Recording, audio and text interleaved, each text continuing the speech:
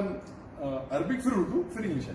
تحقیق نہیں تھی جو ایک اسپیکر ہوتا ہے. اسپیکر, ہاں اسپیکر میں آپ کون سے ملک میں رہ رہے ہو امپورٹنٹ ہے. انگلش ایک انٹرنیشنل لینگویج ہے, لیکن اگر آپ چائنا میں رہے تو ویلیو نہیں. چائنا میں انگلش میں بات ہی نہیں ہے, سمجھے نا. تو چائنا میں اگر رہ رہے یا ایسے جگہ رہنے جو انگلش میں, آپ کوئی اگر ساؤتھ امریکن کنٹری میں جاتے ہیں فرینچ بات کرتے تو اوور آل جنرلی ہے. یعنی آپ نے بھی بتایا نا عربی کے بعد اسلام میں اردو. ہاں میں چاہوں گا میرے بچوں پہ مہارت دونوں پہ ہے. اور اگر ایک زبان چننے کے لیے کہوں گا تو میں کہوں گا عربی, یہ میں چاہوں گا تو. اور پھر تیسری زبان میں تو اردو, لیکن اردو میں تو ماشاء اللہ کافی مقرر ہے, تو اردو میں ضرورت نہیں میرے ساتھ سے. آپ جیسے لوگ ہیں تو اردو میں ضرورت ہے, تو میں کہوں گا کہ انگریزی میں اور ضرورت ہے.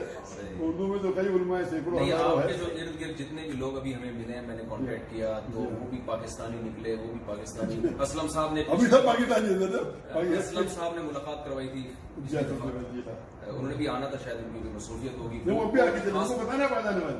ہاں وہ آگے چلے گئے. ان کو بتایا. تو کوئی خاص پیغام آپ خاص طور پر وائزین جو ہمارے جو پاکستان اور انڈیا کے جو وائزین ہیں, میرے جیسے جو نالائق لوگ, خاص پیغام آپ دینا چاہیں یعنی اس حوالے سے کہ بھائی ہماری اسپیچز میں کون سی ایسی چیز ہے جو جس سے نیگیٹیوٹی پھیلتی ہے یا وہ نہیں ہونی چاہیے, اس طرح کی کوئی چیز آپ نے وائزنگ میں محسوس کی؟ ایڈوائز دینے کی ضرورت ہے, آپ تو جانتے ہو اس کو, لیکن عام طور پہ میں کہوں گا کہ آج کی تاریخ میں مسلمان کے اتنے دشمن ہیں آلریڈی, ہم آپس میں مسلمان جھگڑا نہیں کرنا چاہیے. کوئی بھی تاریخ ہو, چاہے وہ ادارے کے اندر ادارے جھگڑا کر رہے یا کوئی فقہی مسئلے پہ کر رہے یا تو ہے. سو وی شوڈ اگری ٹو ڈسیگری. بڑے بڑے دشمن دوسرے آلریڈی ہے, تو ہم مسلمان یہ جو ڈفرینس کو وی شوڈ اگری ٹو ڈسیگری. مطلب اگر 10 چیز ہے, ہم 8 چیز میں کامن اس پہ بات کرو, 2 چیز میں ڈفرینس پہ جھگڑا کریں. لائک کل جب آپ کے آئے تو علماء پاکستان سے 40 لوگ تھے, تو نے مجھ سے سوال کیا کیا ڈاکٹر صاحب آپ کافی مشہور ہے, اپنا بلا اس تعریف کی, لیکن جہاں تک کہ لوگ کو اعتراض ہے کہ آپ فقہی معاملے میں, تو میں نے کہا ہر فن کا ایک ایکسپرٹ ہوتا ہے. ہاں, ایک ہارٹ اسپیشلسٹ ہے, ایک برین اسپیشلسٹ ہے, ایک گائنیکالوجسٹ ہے. آپ ہارٹ اسپیشل کی بات کرو, برین سے ہارٹ اسپیشل کو برین کی بات کریں, وہ کہے گا لیکن وہ ایکسپرٹ نہیں ہے. ہر فن کے ایکسپرٹ ہوتے, تو وہ ایکسپرٹ ہے آپ لیجیے. باقی چیز میں ان کو تھوڑی نالج ہوئی گی, بٹ نہیں والا ایکسپرٹ. قرآن کیا تھا فصل والے ذکر جو ہر فیلڈ میں ماہر ہے. اور ہمیں یہ ماننا چاہیے کہ اگر ہم اکثر جو مسلمان کہتے ہیں کہ ہم ہی صحیح ہے, میں کہتا ہوں کہ ہم بھی صحیح ہے. یہ ہی اور بھی میں فرق ہے. اور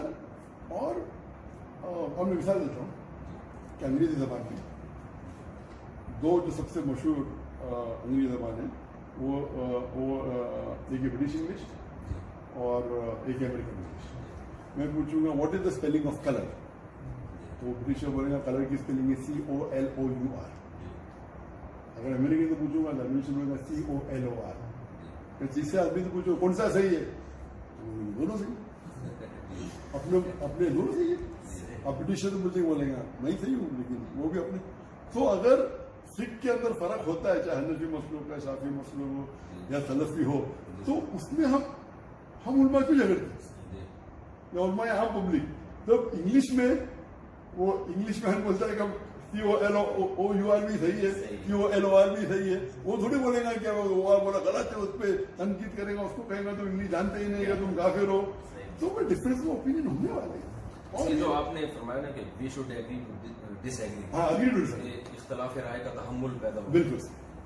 اور یہ میں ہی صحیح ہوں پرابلم ہے, میں بھی صحیح ہوں, یہ تو اللہ ہی ہے, اللہ کے رسول ہے. تو یہ اگر ہوا تو الحمدللہ بھی کافی بدلاؤ آ رہا ہے ماشاء اللہ. اور وہ لوگ اب ایک دوسرے کو دیکھ کے تنقید کرتے کہ میرے حساب سے اور کوئی آدمی پرفیکٹ نہیں, اور میں تو پرفیکٹ ہوئی نہیں, میں کبھی کہتا بھی نہیں ہوں, لیکن ہم چاہتے ہیں کہ مسلمان اگر ایک ہو, اور ڈفرینسز ہونے والے, چاہے دعوتی میدان میں ہو, چاہے فقہی میدان میں ہو, چاہے ادارے ہو, لیکن we should benefit each other, جس طریقے سے ایک دوسرے کا تعاون کر سکے. آخر میں اب ہم دیکھ رہے ہیں کہ مسلم سوسائٹیز اس وقت پہلے سے زیادہ انٹالرنٹ ہو رہی ہیں, پہلے سے زیادہ عدم برداشت, اور یہ زیادہ بڑھ رہا ہے. تو اس کی کیا وجہ ہے, اور اس کے سدباب کے لیے, یعنی وہ ایک تو ہوتی ہے نا ظاہر کی بات ہے, عوامل کیا ہیں جن کو کور کرنا چاہیے کہ مسلم سوسائٹیز میں اتنی ریجڈیٹی، جمود، سختی کیوں آ رہی ہے اتنی؟ یہ آپ کا سوال کا جواب ہے کہ کیوں آج نان مسلم ہمیں آل انٹالرنٹ ہے ایز کمپیئر ٹو بفور. اس کا جواب ہے میڈیا جو غلط فہمی اتنے بڑی تعداد میں پھیلا رہا ہے. یہ آپ کو میڈیا ٹوڈے، میڈیا اور ایک بینک، دو چیزیں پورے ورلڈ کو کنٹرول کر رہی ہے، منی پاورس اور میڈیا سے. تو میڈیا سے جو غلط فہمی پھیلا رہے، ابھی دیکھیں انڈیا میں پرابلم یہ تھا 3 سال میں سب سے بڑا ڈر انڈیا میں، ٹھیک ہے میڈیا. تو ہمیں میڈیا کے ذریعے اسلام کا صحیح پیغام پہنچانا چاہیے. وہ بہت اہم ہے. تو جتنا ان لوگ نیگیٹو اسلام کے بارے میں کہتے ہیں اس کا ہم جواب دیکھو ماشاء اللہ کئی علماء ہے ویسے جواب دے رہے، لیکن اس کو کس طریقے سے ہم پھیلائے. اور ایک عام دائی کا کام ہے کیا علماء اور شیخ سے سیکھے اور عوام تک پہنچائے. کیونکہ ایک اسکالر جو ہے ہی may not be digestible. ایک تو اسکالر جو بات کرتا ہے عوام اسے اتنا پسند نہیں کریں گی، وہیں سے he may not know how to make it acceptable to the عوام. تو دائی کا مقصد کام یہ ہے کہ عالم سے سیکھے اور عوام کو پہنچائے. دائی نوٹ عالم، دائی تو طالب علم. تو دائی کا کام ہے طالب علم ہو، عالم نہیں ہے. عالم سے سیکھے اور کس طریقے سے انہیں ایکسیپٹیبل بنائے عوام کے سامنے. And plus use the media. کوئی بھی میڈیا ہو، اکثر میڈیا حرام ہے، جانتے لیکن اس کو حلال. میڈیا حرام نہیں ہے، یہ میڈیا پہ حرام چلا رہے ہیں. میڈیا فی نفس سے حرام نہیں، لیکن اکثر چیز تو میڈیا پہ آ رہے ہو حرام ہے. تو ہم کیوں نہ اسے استعمال کرے. اور اللہ کے رسول کی حدیث ہے کہ انشاءاللہ ہر گھر کے اندر اسلام پہنچے گا. تو آج کل جو آپ پر اتنی ساری پابندیاں لگی ہوئی ہیں، ان دنوں میں آپ کی اس کیا ایکٹیویٹیز ہے زیادہ تر؟ کیا نہیں، ابھی الحمدللہ انڈیا سے ملیشیا ہجرت کرنے کے بعد الحمدللہ جہاں تک کہ میری خصوصاً زندگی میں کافی تبدیلی ہے. ایمان اور بڑا میرے حساب سے، عبادت بڑی. جو وقت مانے ہوتا تھا الحمدللہ فرائض تو کرتے تھے، وہ مستب بھی کرتے تھے، لیکن جو خواہش تھی اور کرنے کی اور ہو گئی. نماز پہلے ایوریج میں 3-3.5 گھنٹہ جاتے تھے، پورے 5 ٹائم نماز اور تہجد اور صلاۃ الدعا میں. ابھی 4.5 گھنٹہ جا رہا ہے. پہلے تقریباً 3-3.5 گھنٹہ سوتے تھے، ابھی یہاں 4-4.5 گھنٹہ سوتے، 1 گھنٹہ زیادہ سوتے. اور جو دعوتی میدان میں الحمدللہ اللہ کی فضل سے، اللہ کی مدد سے کافی لوگ تک پہنچ رہا تھا. یہاں آنے کے بعد ذرا جو چیز وہاں اتنے مشغول تھے ہم دعوتی میدان میں، جو چیز ہم انٹرنیشنل لیول کے اوپر بات نہیں کر سکتے تھے، چاہے وہ پیلسٹائن ایشو ہو، چاہے دیگر مسلم کا ایشو ہو، چاہے کشمیر کا ایشو ہو. تو یہاں آنے کے بعد وہ اللہ رخ ہوا. کافی پالیٹکس میں ملاقات ہوئی. پالیٹکس میں انٹر ہونے کا کوئی خواب نہیں، نہ اپنا ارادہ ہے، لیکن وہ ایک الگ وے ہے. اور اس کی وجہ سے ماشاء اللہ کافی ایسے پالیٹیشن سے ملاقات ہوتی تھی کہ دعوتی میدان میں ابھی ملاقات ہو رہی ہے جو الگ مقصد سے، چاہے وہ ممالک ہے. اور ابھی آپ دیکھ رہے ہیں کہ مسلمانوں کی حالت going from bad to worse, بد سے بدتر ہو رہی ہے. جب تک ہم مسلمان ایک نہیں ہوں گے تو آج کے حالات دیکھیے کہ مسلمان اور ہمارے جو مسلمان پالیٹیشین ہے وہ دین سے بہت دور ہے. ہماری دعا کے علماء کرے ہوئے کہ مسلمان پالیٹیشین کو اسلام کے قریب لے کے آئے اور مسلمان ایک ہوئے تو دنیا کی کوئی بھی طاقت ہمیں نہیں کر سکتی. لیکن ہر پالیٹیشین اپنی سوچتا ہے، اپنی گدی کی سوچ رہا ہے، اپنی سیٹ کی سوچ، اور کیا فائدہ ہے دنیا میں آخر کا سوچ ہے. اور دیکھیں آج کل ہندوستانی حالات بھی کیا حالت ہے. اتنا ظلم ہو رہا ہے مسلمانوں کے اوپر، کشمیر میں ہو رہا ہے، اور کوئی بات ہی نہیں کر رہا. بات نہیں کر رہے تو اللہ تعالیٰ معاف کرے گا. حالانکہ ان کی حدیث ہے ہاتھ سے روکو، ہاتھ سے نہیں ہو سکے تو زبان سے روکو، زبان سے نہیں تو دل میں کوسو. تو اگر آپ آبجیکٹ نہیں کر رہے تو بھی اللہ معاف کرے گا، لیکن آپ ان کا ساتھ دے رہے. اور علماء حضرات تو خون کے آنسو ہونے یہ لگتا ہے کہ کیا حالت ہے آج، کہ اتنے ہم کمزور پڑ گئے کہ اللہ پہ بھروسہ نہیں، کہ ہمیں غیر مسلم کیا ساتھ دینے پڑ رہا ہے اللہ کے خلاف، مسلمان کے خلاف، چاہے چائنا میں ہو. دیگر مسلم کی کیا حالت ہو رہی، کوئی بات نہیں کر رہا ہے. وہ دیکھ رہا ہے بات کروں گا تو گورنمنٹ سپورٹ نہیں کرے مجھے. تو الحمدللہ یہاں آنے کے بعد وہ دوسرا رخ، اس کی وجہ سے کافی اور دشمن بڑھے، دعا بھی اور آنے لگے. یہاں بھی جب میں جانا کے خلاف بات کرے تو کافی یہاں